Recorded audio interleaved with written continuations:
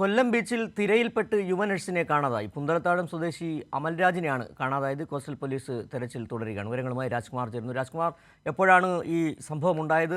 ഈ അമൽരാജ് ഒറ്റയ്ക്കാണോ ബീച്ചിൽ എത്തിയത്? എന്താണ് കൂട്ടിച്ചേർക്കാൻ കഴിയുന്ന വിവരങ്ങൾ?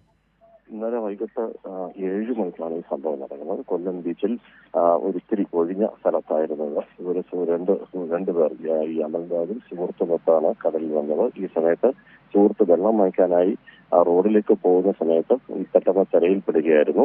ഇത് അവിടെ ഐസ്ക്രീം വിൽക്കുന്ന വിൽപ്പനക്കാരനാണ് ഇത് കണ്ടതും എല്ലാവരെയും വിളിച്ചറിയിച്ചതും. പിന്നീട് പോലീസും ഫയർഫോഴ്സും മറ്റു സംഘമെത്തി രക്ഷാപ്രവർത്തനം നടത്തി നോക്കിയെങ്കിലും ആളെ കണ്ടെത്താനായില്ല. ഇന്നിപ്പോ രാവിലെയും തീരദേശ പോലീസിന്റെ കോസ്റ്റൽ പോലീസിന്റെ നേതൃത്വത്തിൽ ഇപ്പോൾ കടലിൽ തെരച്ചിൽ തുടരുകയാണ്. ഈ മഴ സമയം ആയതുകൊണ്ട് തന്നെ അവിടെ കടലിലിറങ്ങി കുളി നിരോധിച്ചിട്ടുണ്ട്. അവിടെ നിരവധി സ്ഥലത്ത് ബോർഡുകളും സ്ഥാപിച്ചിട്ടുണ്ട്. ഒപ്പം തന്നെ കോസ്റ്റ് ഗാർഡുകളും അവിടെ ഉള്ള ഒരു സാഹചര്യമാണുള്ളത്. ഇതെല്ലാം നിൽക്കുമ്പോഴാണോ ഇങ്ങനെ ഒരു അപകടം ഉണ്ടായത്? എന്താണ് ഇത് സംബന്ധിച്ച അവിടെയുള്ള ഈ തീരസംരക്ഷകർ പറയുന്നത്?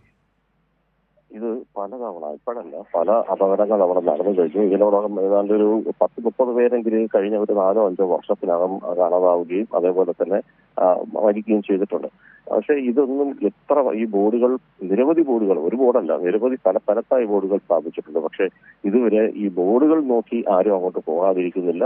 സദാസമയം അവിടുത്തെ ഈ തീരദേശത്ത് നിയോഗിക്കപ്പെട്ടവർ അവരിത് എപ്പോഴും അവിടെ ഒരു സംരക്ഷണം ഒരുക്കി നിൽക്കുന്നുണ്ട്. അവർ പറഞ്ഞാൽ പോലും ആരും അനുസരിക്കാറുമുണ്ടായിരുന്നില്ല. ഇത് ഇന്നലെ ഈ സമയത്ത് അവിടെ ഇവർ മറ്റൊരു പ്രദേശത്തായിരുന്നു. ഇതിന്റെ ഗാർഡുകൾ ഉണ്ടായിരുന്നത് വേറൊരു ഭാഗത്തും അപകടം നടന്നത് മറ്റൊരു ഭാഗത്തായതുകൊണ്ടാണ് ആ രക്ഷാപ്രവർത്തനം തക്ക സമയത്ത് കിട്ടാതെ പോയത്. ശരി, രാജ്കുമാറാണ് വിവരങ്ങൾ നൽകിയത്. കൊല്ലം ബീച്ചിൽ കടലിൽ പെട്ട് നീന്താനിറങ്ങിയ സ്വദേശി യുവാവിനെ, മെയിൽ നഴ്സിനെ കാണാതായി. വിവരങ്ങളാണ് രാജ്കുമാർ നൽകിയത്.